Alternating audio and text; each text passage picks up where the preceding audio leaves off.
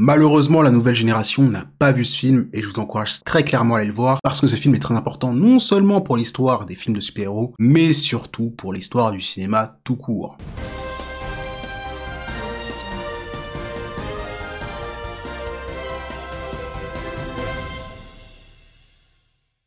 Salut à tous, ici Flo et aujourd'hui on se retrouve encore une fois dans cette rétrospective consacrée à Superman en attendant le film de James Gunn qui est peut-être déjà sorti au moment où je sors cette vidéo mais qui n'est pas encore au moment où je la tourne. On va parler du premier film grand budget Superman qui n'est pas le premier film Superman, on en a parlé dans la vidéo précédente, allez la regarder. On va donc parler du film que j'espère que vous avez vu.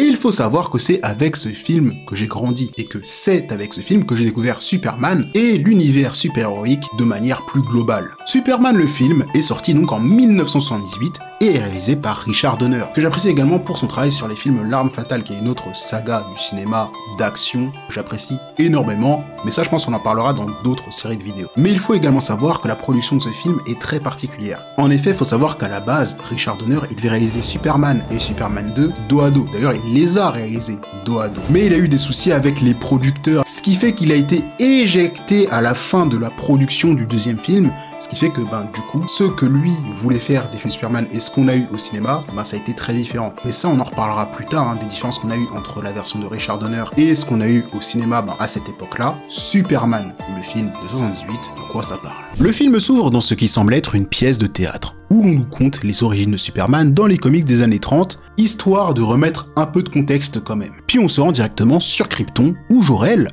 interprété par Marlon Brando, va condamner 3 criminels kryptoniens, Zod, Non et Ursa, à la zone fantôme pendant tout le reste de leur existence. Juste après, il essaie de persuader le conseil kryptonien que la planète est en danger et qu'il faut donc l'évacuer. Le conseil ne va pas le croire et ils vont faire évacuer leur fils Kal-El en urgence vers la Terre. Déjà, l'intro est très réussie. On sent que Richard Donner aime le personnage de Superman et qu'il veut lui rendre hommage au maximum. J'aime beaucoup l'esthétique de Krypton, très cristallisante, les costumes également, et je trouve que Marlon Brando pète la classe en tant que Jor-El. Et puis bien évidemment, le thème de Superman balancé dans le générique d'ouverture est magistral. Et pour moi, c'est facilement top 3 des meilleurs thèmes musicaux de films de super-héros, et il est clairement pas 3ème. Dans la suite du film, on va suivre donc l'arrivée de Clark sur Terre, ainsi que sa vie à Smallville durant son adolescence. Et même si certaines personnes peuvent trouver ce passage du film un petit peu long, pour moi c'était plus que nécessaire. Déjà parce que c'est la première fois que l'on adapte Smallville et l'origine de Clark sur le grand écran. Et puis ça permet de donner plus de relief au personnage, en plus de nous montrer le contexte dans lequel il a grandi, ainsi qu'un aperçu de l'éducation qu'il a reçue. La scène marquante de ce début de film, c'est clairement la mort de Jonathan Kent. Il meurt de manière inattendue suite à une crise cardiaque. Cette scène qui survenait alors durant un moment de la vie de Clark rempli de doutes, il se demandait très clairement ce qu'il allait faire plus tard en tant qu'adulte avec ses pouvoirs, avec les dons qu'il a reçus à la naissance, est un événement fort qui le poussera à rechercher ses origines et à devenir Superman. En plus du fait que ce soit probablement l'un des seuls événements qu'il ne puisse arrêter, même avec tous ses pouvoirs extraordinaires. Et d'ailleurs, j'aime beaucoup la scène de l'enterrement de Jonathan Kent,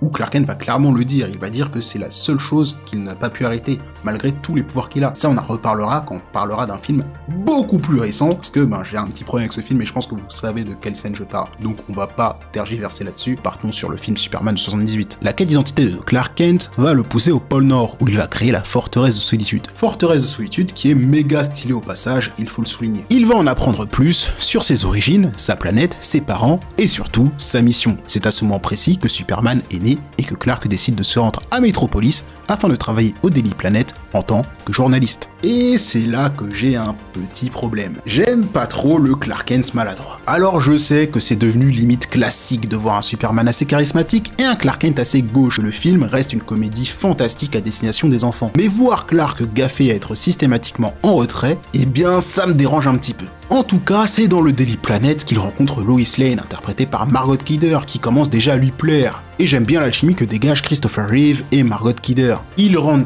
tellement bien à l'écran que ça me fait limite pardonner le point précédent. Et en plus de tout ça, en tant que Superman, Christopher Reeve est excellent. Son costume est simple et efficace et pourrait rendre ridicule sur n'importe qui, mais sur lui, ça lui apporte une sorte d'aura protectrice. Le tout est sublimé par son changement de voix, de posture et de ses expressions faciales, ce qui permet vraiment de le différencier de Clark Kent. Et les effets spéciaux n'étaient vraiment pas mauvais pour l'époque, hein. Le but de Richard Donner était de te faire croire qu'un homme pouvait voler, le pari est plus que réussi. La scène de sauvetage de Lois Lane avec l'hélicoptère fonctionne encore très bien aujourd'hui, je trouve. Après, je pense qu'ils ont un petit peu triché en tournant la plupart des scènes de nuit pour cacher les défauts, mais c'est ok. Surtout que le costume coloré de Superman dans la nuit permet de nous montrer qu'il apporte de la couleur dans ce monde. Le fait qu'il se présente comme un ami à Lois Lane et au monde entier montre le Superman que j'aime. Celui qui n'est pas là pour être un mec badass et froid, mais plutôt une figure amicale et protectrice. La scène où il se présente au monde via l'interview de Lois Lane est d'ailleurs la meilleure scène du film d'après moi. C'est grandement dû à l'alchimie des acteurs. D'une part, Superman se présente au monde et on a d'ailleurs l'impression qu'il se présente directement au spectateur. Mais il y a aussi toute cette tension sexuelle entre Superman et Lois, il faut le dire,